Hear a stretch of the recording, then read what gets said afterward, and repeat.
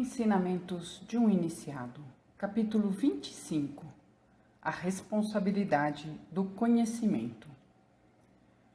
Na época distante e obscura do passado, quando começamos nossas vidas como seres humanos, pouca experiência havia sido acumulada e, consequentemente, menor responsabilidade arcava sobre nós. A responsabilidade depende do grau de conhecimento. Sabemos que os animais não são responsáveis perante a lei de causa e efeito, sob o ponto de vista moral. Porém, é claro, se um animal saltar de uma janela, estará sujeito às leis físicas. Quando estatelar-se no chão, possivelmente fraturará uma pata ou sofrerá qualquer outro dano. Se uma pessoa fizesse a mesma coisa, teria de responder à lei da responsabilidade, além da lei de causa e efeito. Recai sobre ela uma responsabilidade moral. Está ciente da importância do instrumento a ela dado, portanto, não tem o direito de lhe causar dano. Vemos então que nossa responsabilidade moral depende de nosso nível de consciência ou de conhecimento. Adquirimos experiência através de muitas vidas. A cada vez incorporamos mais talentos e faculdades. Renascemos sempre com talentos acumulados. Resultam das experiências agregadas durante vidas. Quanto mais talentos, mais responsáveis somos pelo seu uso. Além disso, devemos aplicar e multiplicar esses talentos durante a vida. Sem essa prática, as qualidades estarão condenadas à progressiva atrofia, tão certo como a mão não usada pende inerte para um lado. As habilidades espirituais podem definhar, tal como um músculo sem exercício também enfraquece. Para evitar a atrofia, devemos colocar os talentos em ação. Não pode haver descanso nem hesitação na rota evolutiva assumida por nós. Devemos seguir adiante ou sofreremos as consequências da degeneração dos poderes anímicos. Há um inseparável casamento entre responsabilidade e conhecimento. Mais conhecimento, mais responsabilidade. Isso está bem claro.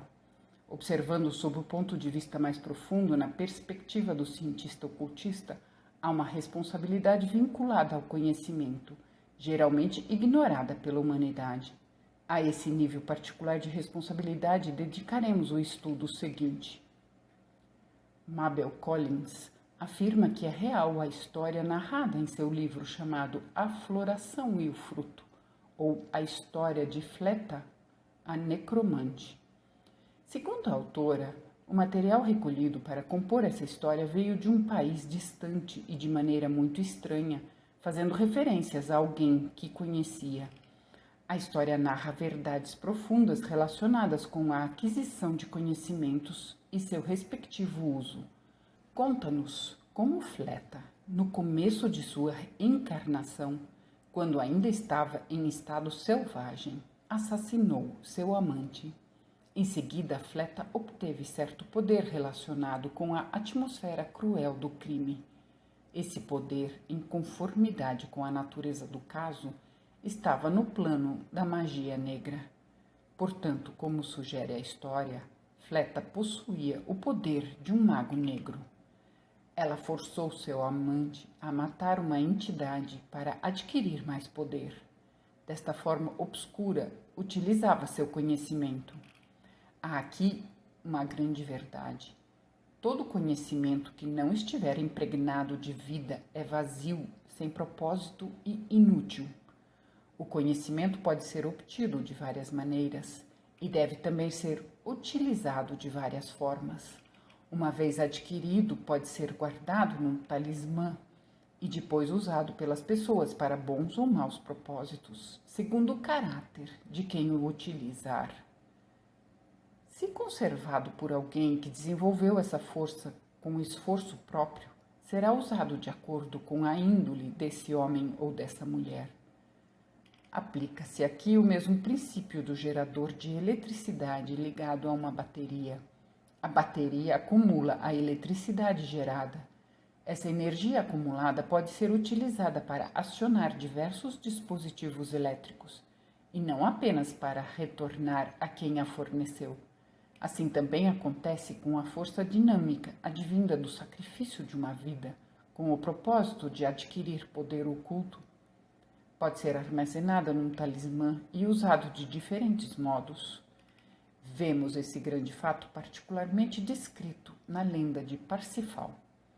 Nesta bela saga, o poderoso sangue purificador do Salvador foi recolhido em um cálice.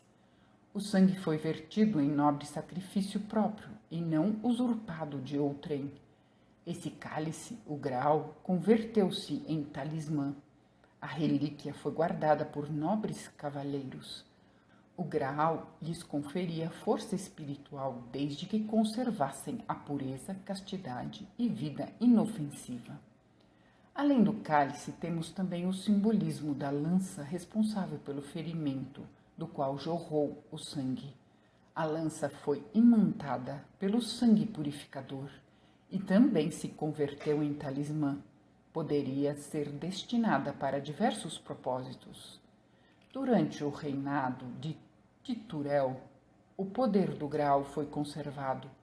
O filho de Titurel, Amfortas, herdou o trono. Certo dia, Amfortas deixou a guarda do cálice e armou-se com a lança sagrada para matar Clinxor. Então o rei corrompeu sua natureza inofensiva. Perverteu o grande poder espiritual da lança. Tentou usá-lo para matar um inimigo. Embora Clinxor fosse um mago negro e, portanto, inimigo do bem, Amfortas jamais deveria utilizar o poder da lança para um propósito nefasto. Ele violou a natureza casta, pura e inofensiva.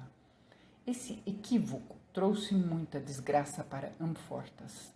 O poder da lança voltou-se contra ele. Foi o início de um padecimento sem trégua. Um ferimento incurável impingiu-lhe terrível suplício. É também assim em casos análogos. O rei Davi é lembrado pela alcunha de o guerreiro manchado de sangue.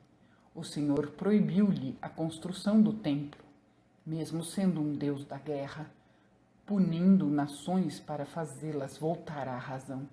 Como Amfortas, Davi não pôde construir um templo com o instrumento maculado pelo sangue de suas guerras.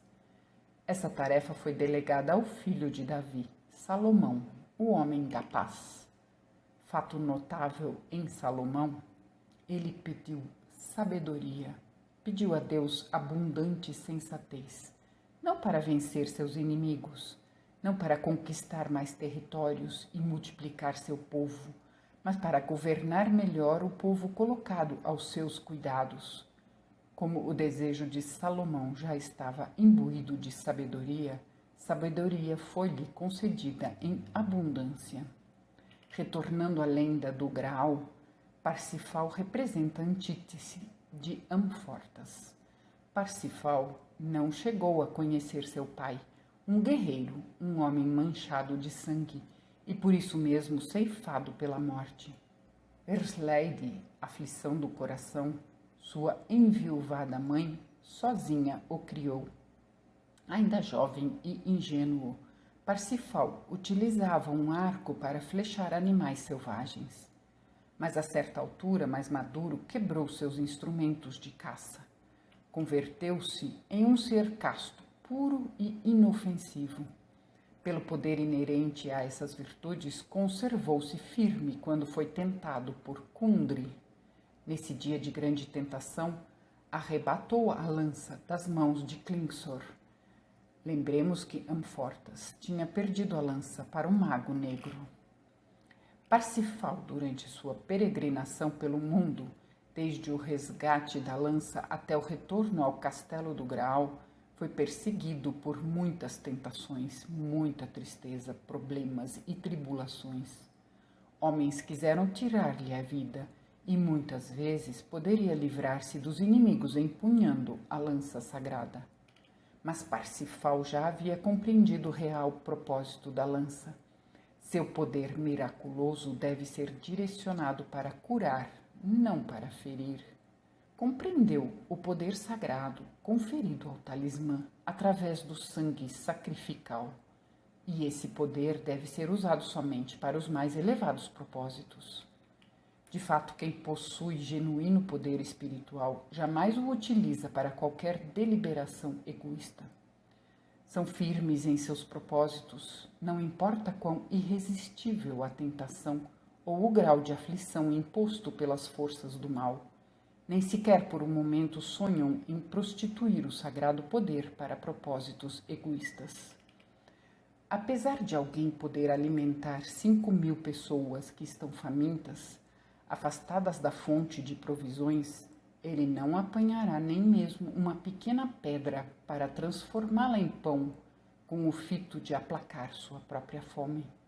Embora possa postar-se diante de seus inimigos e curá-los, como Cristo restaurou a orelha do soldado romano, recusará o uso do poder espiritual para estancar o sangue jorrando do seu próprio flanco.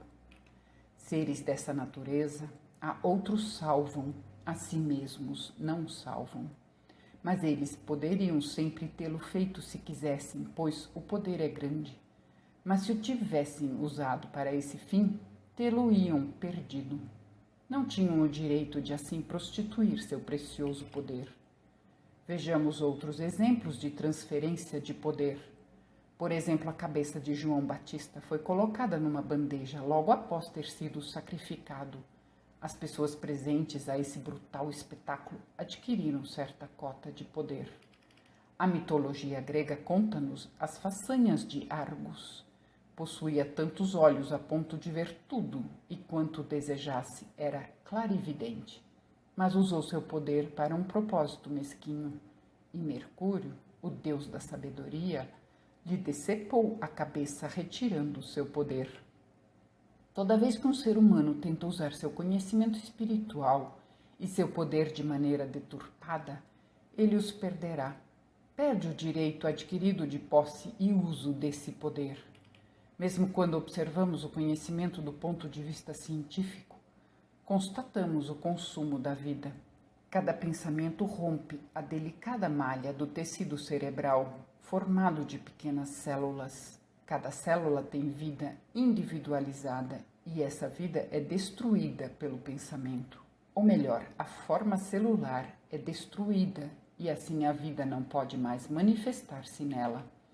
Quando direcionamos o intelecto à procura de conhecimento em qualquer área de estudo, sempre há destruição da vida. Alguns tiram a vida em experiências científicas por mera curiosidade. Outros são cruéis ao tirar a vida, como na vivissecção. Nesse caso, se a busca pelo conhecimento se baseia apenas na curiosidade, uma terrível dívida acumula-se para resgate futuro. A natureza incansavelmente trabalha para restaurar o equilíbrio da balança do destino. No caso de Fleta, seu poder originou-se de 2 sacrifícios. O sacrifício da vida, cujo cenário foi o mundo físico, foi seguido por outro sacrifício em outro mundo. Através desse poder, ela conseguiu chegar até os portais do templo, onde se postou e pediu iniciação. Entretanto, seus propósitos, tal como Clinsor, não eram puros. Ela não era casta, não estava qualificada para ter poder espiritual em toda a sua dimensão, nem capacitada para auxiliar a humanidade. Portanto, foi banida da porta do templo e teve a morte decretada conforme o triste destino das necromantes. Um véu pende sobre essa morte e não sabemos o que está por trás dele. Mas não convém falar sobre esses temas, é melhor não os revelar. Dessas histórias vale extrair lições práticas. Não podemos tirar a vida nem acumular conhecimentos de uma maneira prejudicial, sem incorrer com isso numa terrível responsabilidade. A única razão satisfatória e apropriada para a busca do conhecimento é aquela onde possamos servir e ajudar a humanidade de maneira mais eficiente. Na época presente, é imprescindível o sacrifício de vidas para obter-se conhecimento. Não podemos evitar. Portanto, o conhecimento deve ser almejado com o mais puro e melhor dos motivos, pois são inumeráveis as vidas aniquiladas. O ocultista pode observar a vida na iminência de encarnar. Até a vida mais elementar dedica-se a construir e habitar a forma mais adequada para a sua manifestação. Quando essa vida é privada de sua forma em função do processo da obtenção de conhecimento, o ocultista fica surpreso com a imensa quantidade de vidas sacrificadas, muitas delas imoladas sem um bom propósito. Por isso repetimos e insistimos, ninguém tem o direito de procurar conhecimento a não ser com o mais puro e melhor dos motivos. Se por outro lado trilhamos o caminho do dever, se procuramos fazer bem e completamente as coisas que nos chegam às mãos, e se temos aspirações de ingressar nos mundos sutis sem artifícios para forçar o crescimento espiritual, então estamos mais qualificados para obter poderes superiores. Os ensinamentos Rosa-Cruzes estimulam a busca do bem, do belo e do verdadeiro. Ensina verdades espirituais e também tem a beleza de emancipar seus estudantes. Todos devem aprender a trilhar o caminho do dever e a viver a vida do bem. Não importa se a vida tem longa ou curta duração. Muitas pessoas, como diz Thomas de Kempis, preocupam-se em garantir uma vida longa. Não importa a quantidade dos dias, e sim a qualidade dos dias vividos. Devemos dirigir nossos esforços no cumprimento do dever diário. Então, certamente estaremos qualificados para receber o conhecimento superior e o exaltado poder que o acompanha. Há sempre espaço para praticarmos o conhecimento adquirido, não importa onde. Não se trata de pregar sermões nem de extasiar plateias, declamar desde manhã até a noite as maravilhas que conhecemos para angariar admiradores. Ao contrário, devemos servir com humildade, vivendo a verdadeira vida espiritual, dando exemplos vivos e coerentes com nossos ensinamentos. A oportunidade para servir existe para todos nós. Não precisamos procurá-la muito longe. Ela está precisamente aqui. Thomas de Kempis expressou tudo isso de maneira singela, própria de um místico inspirado. Com lindas palavras, abordou o mesmo tema na imitação de Cristo. Vale a pena relembrar, ele diz. Todo ser humano naturalmente desejaria saber de que vale o conhecimento sem o temor a Deus. Com certeza, um humilde agricultor que serve a Deus é melhor do que um orgulhoso filósofo dedicado a estudar o curso dos céus, mas negligente consigo mesmo. Quanto maior for o conhecimento, mais severo será o julgamento, a não ser que a vida também seja a mais santa. Portanto, não se envaideça, mas antes tema o conhecimento que lhe foi dado. Quem se julga saber muito, lembre-se que existe muita coisa ainda desconhecida. Ninguém sabe como e quanto poderá progredir ao fazer o bem. Por isso, lembremo-nos, não devemos procurar o conhecimento simplesmente pelo conhecimento, mas apenas como um meio para viver uma vida melhor e mais pura, pois apenas isso pode justificá-lo.